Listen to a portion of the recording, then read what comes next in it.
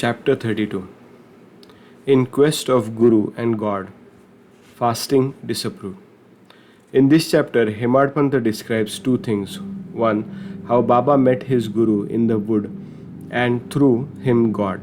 And second, how Baba made Mrs. Gokhale, who had made up her mind to fast for 3 days, eat Puran Polis. Preliminary. In the beginning, Hemadpanta describes the Sansara, visible world, by the allegory of Ashwatha banyan tree, which has in the physiology of the Gita roots above and branches below. Its branches are spread downwards and upwards and are nourished by the gunas qualities, and its sprouts are the object of the senses. Its roots leading to action are intended downwards to this world of men. Its form cannot be known in this world, nor its end, its beginning nor its support. After cutting this Ashwatha tree of strong roots with sharp weapon of non-attachment, one should seek the path beyond, treading where there is no return. For traversing this path, the help of a good guide, Guru, is absolutely necessary. However learned a man may be, or however deep his study of Veda or Vedanta sacred literature may be, he cannot reach his destination safely. If the guide be there to help him and show him the right way, he should avoid the pitfalls and the wild beasts on the journey move aside. Baba's experience in this matter through the story which he gave out himself is really wonderful, which when attended to will give you faith, devotion and salvation. Quest. Once four of us were studying religious scriptures and books, and being thus enlightened, we began to discuss the nature of Brahma. Once one of us said that we should raise the self with the self efforts and not depend on others. To this, the second replied that he should control his mind is blessed. We should be free from thoughts and ideas, and there is nothing in the world without us. The third said that the world phenomena is always changing. The formless is eternal, so we should discriminate between the unreal and real. And the fourth, Baba himself urged that bookish knowledge alone is worthless and added, let us do our prescribed duty and surrender our body, mind and 5 pranas life to the Guru's feet. Guru is God, all-pervading. To get this conviction, strong, unbounded faith is necessary. While discussing in this way, we 4 learned men began to ramble through the woods in the quest of God. The 3 wanted to make the quest with their free and unaided intellect. On the way, a Vanzari, a man who trades in certain things such as grain, by carrying them on bullock, met us and asked, "It is hot now. Where and how far are you going?" "In the woods," we replied. He inquired, "On what quest are you bound?" We gave him an ambiguous and evasive reply. On seeing us rambling aimlessly, he was moved and said, "Without knowing the woods fully, you should not wander at random. If you want to walk through forests and jungles, you should take a guide with you. Why do you exert yourself unnecessarily during this hot non-sun? You may not give out to me your secret of the quest. Still, you can sit down, eat bread, drink water, take rest, and then go. Be always patient at heart." Though he spoke so tenderly, we disregarded his request and marched on. We thought that we were self-content men and needed nobody's help. The woods were vast and trackless. The trees therein grew so close and tall that the sun rays could not penetrate through them. So we lost our way and wandered here and there for a long time. Ultimately, through sheer good luck, we came back to the place from where we started. The Vanzari met us again and said, "By relying on your own cleverness, you missed your way. A guide is always necessary to show us the right way in small and great matters, and no quest can be successfully carried out on an empty stomach. Unless God wills it, no one meets us on the way. Do not discard offers of food. Um, served dish should not be thrust away. Offers of food should be regarded as auspicious sign of success. On saying this, he again offered us food and asked us to be calm and patient. Again, my companions did not like this unsolicited hospitality and discarded his offer. Without any quest and without taking any offer, the three began to move out. So obstinate were they. I was hungry and thirsty, and I was moved by the Banzari's extraordinary love. We thought ourselves were learned, but were strangers to kindness. The Vanzari was a quite illiterate and unqualified fellow and belonged to low caste. Still, we had love in his heart and asked us to eat the bread. In this way, he who loves others disinterestedly is really enlightened, and I thought acceptance of this hospitality was the best beginning of getting knowledge. So, very respectfully, I accepted the loaf of bread offered, ate it, and drank water. Then lo, the Guru came and stood before us. What was the dispute about? He asked, and I told him everything that had happened. Then he said, would you like to come with me? I will show you what you want, but he alone who believes in what I say will be successful. The others did not agree to what he said and left him, but I bowed to him reverentially and accepted his dictum. Then he took me to a well, tied my feet with a rope, and hung me head down and feet upwards from a tree near the well. I was suspended 3 feet above the water, which I could not reach my hands or my mouth. After suspending me in this manner, he went away, no one knew where. After 10 or 12 ghatakas, 4 or 5 hours, he returned, and after taking me out quickly asked me how I fared. In bliss supreme I was. How can a fool like me describe the joy I experienced? I replied. On hearing my answer, the Guru was much pleased with me, drew me near him, and stroking my head with his hand, kept me in with him. He took care of me as tenderly as a motherly bird does for her young ones. He put me into school. How beautiful it was. Then I forgot my parents, that all my attachment was snapped, and I was liberated easily. I thought that I should embrace him and keep staring at him always. If this image was not fixed in my eyes, I would rather be blind. Such was the school. No one who entered it once could return empty handed. My Guru became my all in all, my home, mother, and father, everything.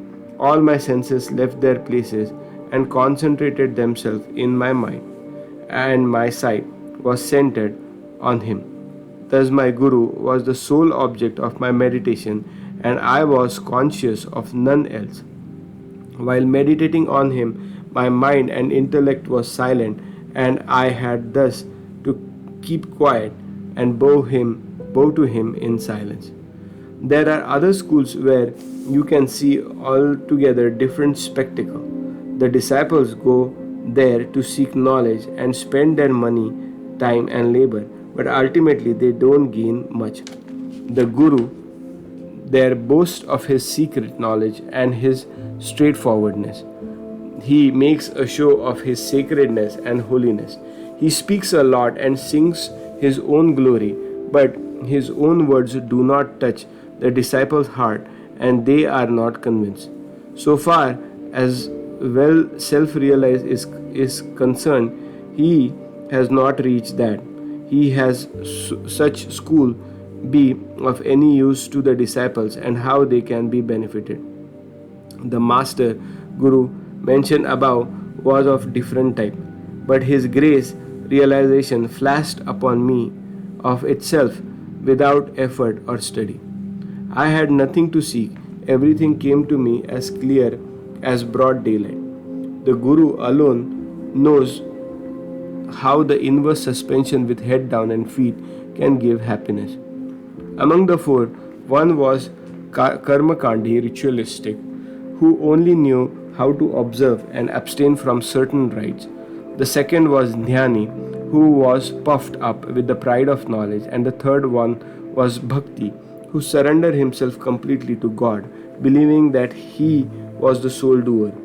When they were discussing and arguing, the question of God came up, and they, depending on their unaided knowledge, went in search of him. Sai was an discrimination and dispassion incarnate, and was one of the four. On being himself Brahma incarnate, some may ask, why did he mix with them and act foolishly? He did this for setting an example to follow. Though an incarnation himself, he respected low Vanzari by accepting his food with the firm belief that food is Brahma. Showed how those who rejected Vanzari hospitality offered suffered, and how it was impossible to get dhyan without a guru. The Shruti Taittiriya Upanishad exhorts us to honor and worship mother, father, and preceptor, and to study, learn, and teach the sacred scriptures. There are the means of purifying our mind, and unless this purification is affected, self-realization is not possible. Neither the senses nor the mind and intellect reach the self. Modes of proof such as perception and interference will not help us in the matter. It is the grace of the God that counts. The object of our life, such as dharma, artha, and kama, are attainable with our effort, but the fourth object, moksha, liberation, can only be had with the help of our Guru. In the life story of Shri Sai, many personalities appear and play their part. Astrologers come and give out their prediction. Princes, noblemen, ordinary and poor men, sannyasi, yogis, and singers, and others come for darshan. Even a mahar comes and makes his salutation, says Sai as the Maibab, true parents, who will do away with our rounds of birth and death. So many others, such as jugglers, gondalis, who sing devotional song, and blind and the lame, natpantis, dancers, and other players come and give suitable reception. The Vanzaris also appeared at the right time and played the part assigned to him. Let us now revert to the other story. Fasting and Mrs. Gokhale. Baba never fasted himself, nor did he allow others to do so. The mind of the person who fasts is never at ease. Then how could he attain his Paramatma goal of life? God is not attended on an empty stomach. First, the soul has to be appeased. If there is no food in the stomach and nutrition, what the eyes should we see? With the tongue should we describe him, his greatness, and with what ears should we hear the same? In short, when all our organs get the proper nutrition and are sound, we can practice devotion and other sadhanas to attain God. Therefore, neither fasting nor overeating is good. Moderation in diet is really wholesome, both to body and mind. One Mrs. Gokhale came to Shirdi with an introductory note from Mrs. Kashibai Kanetkar, devotee of Baba, to Dada Kelkar. She came to Baba with a determination to sit at Baba's feet and observe a 3-day fast. The previous day, Baba said to Dada Kelkar that he should not allow his children to starve during the Shimga, that is holy holidays. And if he had to starve, why was he? And if they had to starve, why was he there? Next day, when the women went to Dada Kelkar and sat at Baba's feet, Baba at once said to her, "Where is the necessity of fasting? Go to Dada Bhat's house, prepare the dish of Puran Pois, wheat rice with gram flour and jaggeries. Feed his children and yourself. 2. Shimga holidays were on. Mrs. Kelkar was going through her menses and there was nobody to cook in Dadabat's house. So Baba advice was very timely.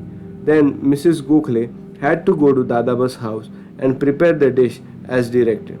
She cooked that day, fed others and herself. What a good story and how beautiful its import. Baba's Sarkar. Baba gave a story of his boyhood as follows. When I was youngster, I was in search of bread and went to Bede. There I got embroidery work. I worked hard, sparing no pains. The employer was very much pleased with me. 3 other boys worked before me and first got rupees 50, the second rupees 100 and the third rupees 150, and I was given twice of the total of this amount, mainly rupees 600. After seeing my cleverness, the employer loved me, praised me, and honored me with a full dress, a turban for the head, and a shela for the body, etc. I kept this dress intact without using it. I thought that what a man might give does not last long and it is always imperfect. But what Mr. Sarkar God gives lasts to the end of the time. No other gift from any man can be compared to this. My Sarkar says take, but everybody comes to me and says give. Nobody attends carefully to the meaning of what I say. My Sarkar's treasury, spiritual wealth is full. It is overloading. I say, dig out and take away this wealth in cartload. The blessed son of true mother should fill himself with his wealth. The skill of my fakir, the leela of my lord, and the aptitude of my Sarkar is quite unique. What about me? Body, earth will mix with earth, breath with air. This time won't come again. No matter where I go or where I sit, Maya always troubles me much. Still, I am always anxious for my men. He who does anything spiritual endeavor will reap its fruit, and he who remembers these words of mine will get invaluable happiness. Bow to Shri Sai. Peace be to all.